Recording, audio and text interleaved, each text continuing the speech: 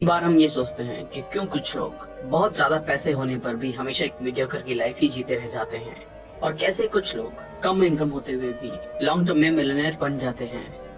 आप चाहे माने या ना माने, इस वक्त पैसों को लेकर जो आप डिसीजन ले रहे होंगे वो आपके आने वाले कुछ सालों के फाइनेंशियल स्टेटस पर असर डालेंगे। तो क्यों ना अभी से पैसों की साइकोलॉजी को समझा जाए और जल्दी से इसका एडवांटेज लिया जाए। इसलिए आज हम बात करने वाले हैं एक ऐसी ही किताब के बारे में जिसका नाम है द साइकोलॉजी ऑफ मनी, जिसे मॉर्गन हाउसेल ने लिखा है। ये किताब पर्सनल फाइनेंस को ह्यूमन बिहेवियर के लेंस से परखती है। ये कई सब्जेक्ट पर एक फ्रेश नजरिया देती है। जैसे कि बहुत सी पर्सनल फाइनेंस की बुक फोकस करती हैं ऐसी चीजों पर जैसे स्टॉक मार्केट कैसे काम करता है, कैसे स्टॉक सेल किए जाएं या पोर्टफोलियो बनाया जाए। हाउसेल लोगों और पैसों के बीच के रिलेशनशिप पर फोकस करते हैं। इस पर पकड़ बनाने के लिए कि क्यों लोग खुद को कर्ज के बोझ तले दबा लेते हैं, आपको इंटरेस्ट रेट जानने की जरूरत नहीं है। आपको लालच को, असुरक्षा को, पॉजिटिविटी को स्टडी करने की जरूरत है। अच्छा पैसा होने का आपके स्मार्ट होने से बहुत कम लेना देना है, लेकिन ज्यादा इस चीज से लेना देना है कि किस तरह आप बिहेव करते हैं। सही चीजों में एंगेज करें और चांस है कि आप सक्सीड कर जाएंगे। इसी तरह से चाहे आप में कितनी भी इंटेलिजेंस, समझ या अंदर की खबर हो, ये आपको गलत बिहेवियर से उपजे रिजल्ट से नहीं बचा सकती है। बुक का हर चैप्टर एक इंसान के पैसों के प्रति बिहेवियर और एटीट्यूड को दर्शाता है। कुछ निश्चित बिहेवियर्स अच्छे नतीजे की गारंटी होते हैं, जबकि दूसरे बिहेवियर्स फेलियर की। इस बुक में मनी से जुड़े बहुत सारे लेसन पर बात की गई है। कुछ लेसन्स हमारे कुछ निश्चित व्यवहार के प्रति सजग बनाते हैं, दूसरे लेसन्स हमें लाभकारी आदतों को अपनाने के लिए प्रोत्साहित करते हैं। इन लेसन्स की खूबसूरती ये है कि इन्हें कोई भी कर सकता है। ये सिर्फ ज्यादा इनकम वाले लोगों के लिए या बहुत बड़ी एजुकेशनल डिग्री वालों के लिए नहीं है।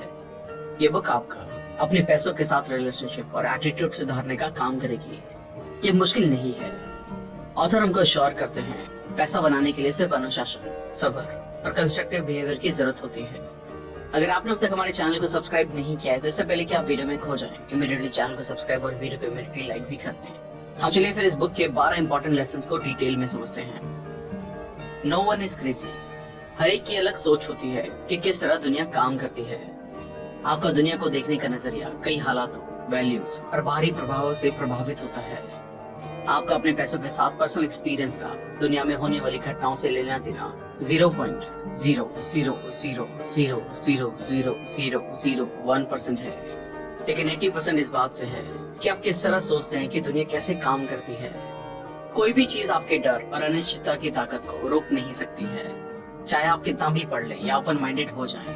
हम सब ये सोचते हैं कि हमें पता है कि दुनिया कैसे काम करती है, लेकिन हम इसको एक पतले से रेशे के बराबर भी अनुभव नहीं कर पाए हैं। यूएस में लॉटरी खरीदने वालों पर गौर करें। लो इनकम वाले लोग सालाना इस पर $400 तक खर्च करते हैं, यानी कि लगभग 30,000 रुपए। ये नंबर हायर इनकम वालों को भी चौंका सकता है। इसे पैसों की एक उम्मीद और ख्वाहिश का नाम देकर कुछ लोग इसको सही ठहरा सकते हैं। बिना खुद को उनकी जगह पर रखे ये जान पाना मुश्किल है कि वो ऐसा क्यों करते हैं। Luck and risk. कोशिशों से आपके नतीजे तय होते हैं, लेकिन लक और रिस्क भी इसमें एक बहुत इंपॉर्टेंट रोल निभाते हैं।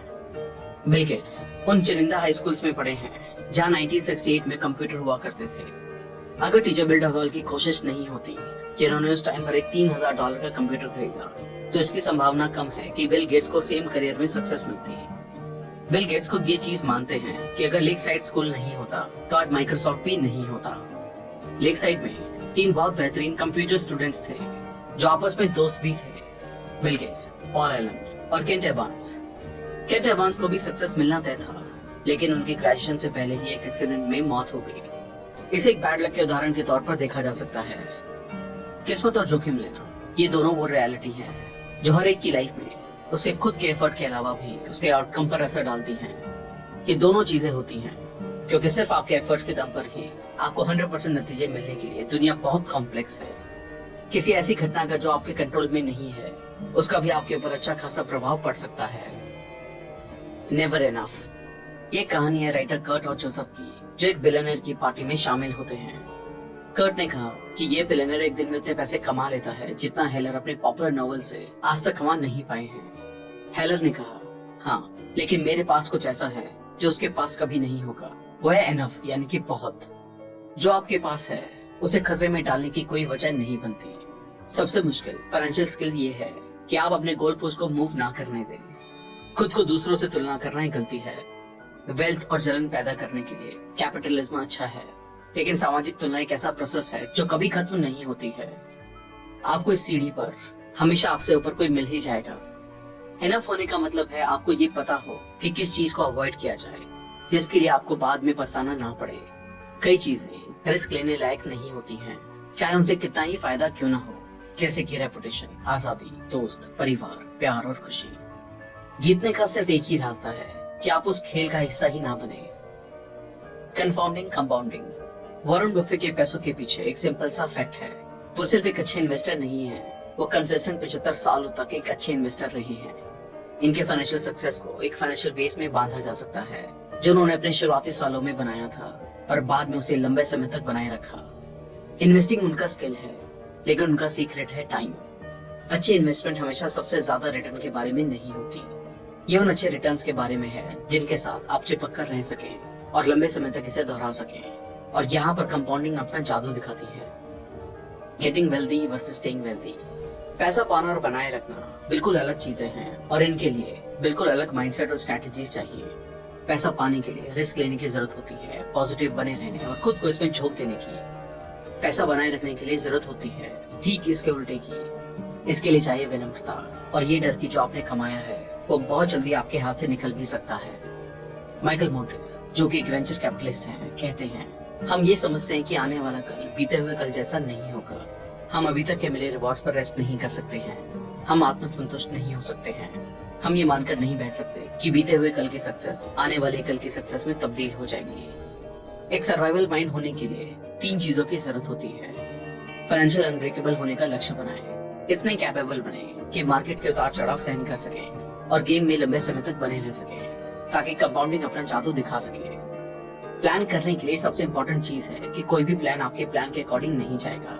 हर प्लान में गलती के लिए जगह रह जाती है। जितना आपको अपने प्लान को सक्सेसफुल बनाने के लिए खास एलिमेंट की जरूरत होगी, उतना कमजोर आपका प्लान होगा। आने वाले कल को लेकर आशावादी रहें, पर सक्सेस के रास्ते में आने वाली बाधाओं को लेकर भी सचेत रहें। Tells you went. ये एक आर्ट कलेक्टर हेंस ब्रिगेन की स्टोरी है। उन्होंने पिकासो, बर्गस, क्लीस और मैट्रिसेस की एक अमेजिंग कलेक्शन इकट्ठा की। लोग उसके आर्ट में इन्वेस्ट करने की कला से बहुत चुके रह जाते थे।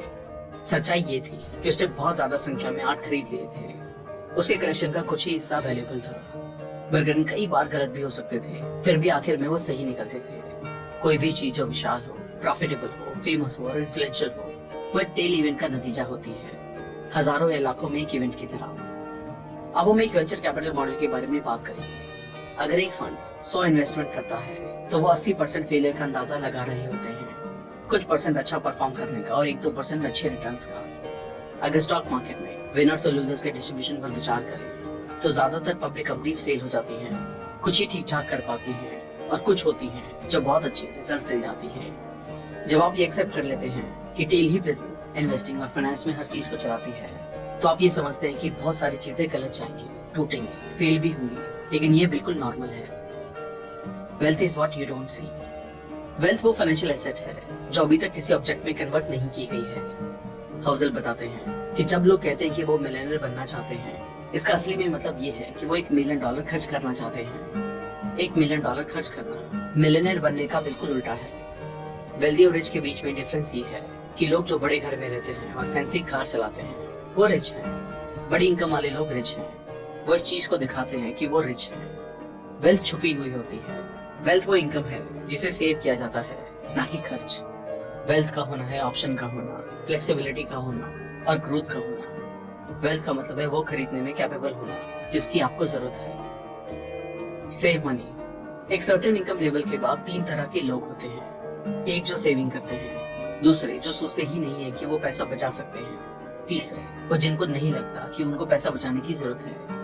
आपकी सेविंग रेट आपकी इनकम या इन्वेस्टमेंट रिटर्न से भी ज्यादा इम्पोर्टेंट है। लोग क्या सोचते हैं और फील करते हैं इसके बारे में चिंता ना करें। अपने टाइम के ऊपर कंट्रोल होना और ऑप्शंस होना दुनिया की सबसे वैल्यूएबल करेंसी है।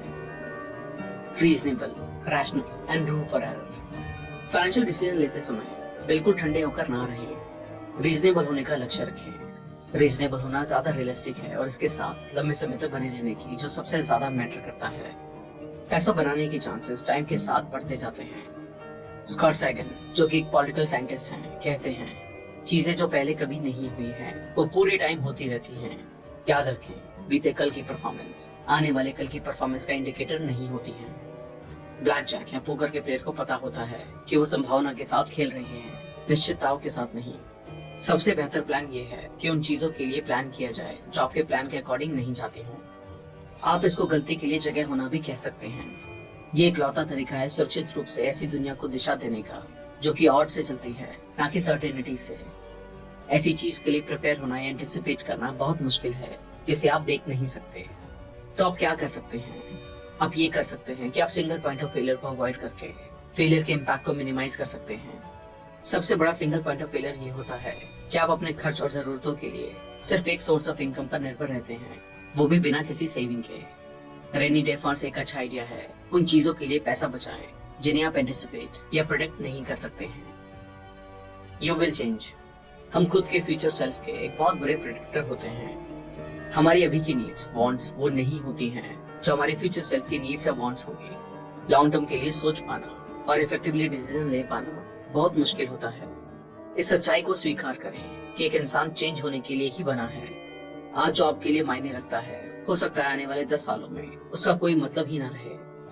संक कॉस्ट, बीते हुए कल के बड़े डिसीजंस को आगे बढ़ाते जाना जबकि नुकसान की भरपाई होना पॉसिबल नहीं है। ऐसी दुनिया में जो लगातार बदल रही है, ये डेविल का काम करता है। ये हमारे भविष्य को हमारे पास्ट का गुलाम बना देता है। ये उस अजनबी की तरह है जो आपकी लाइफ के बड़े डिसीजन लेता है।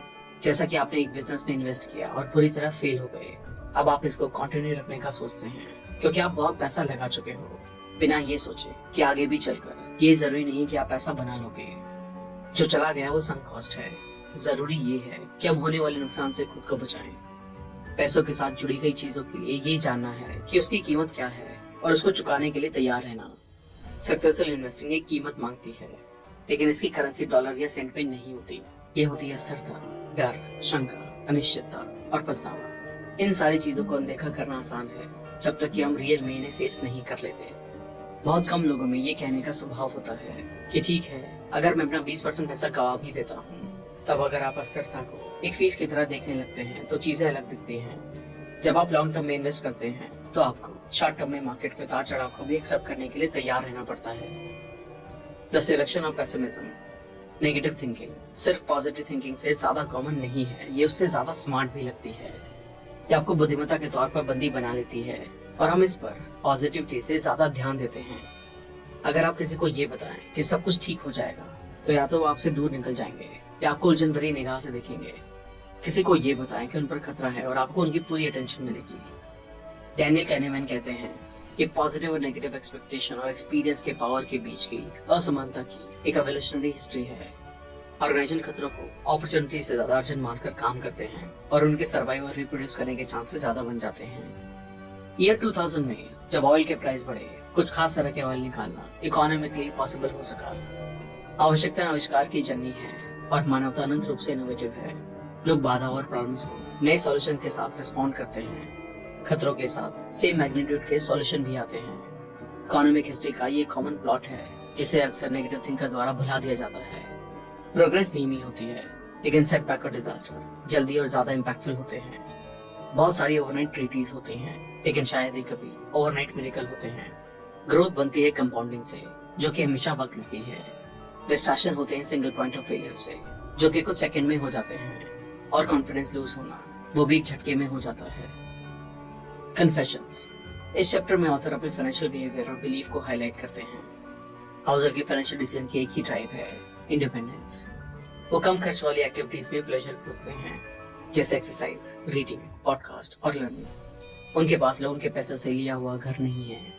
वो ये मानते हैं कि हो सकता है कि ये एक बुरा फाइनेंशियल डिसीजन हो, पर ये एक अच्छा मनी डिसीजन है क्योंकि इसमें कम से कम मन की शांति तो है।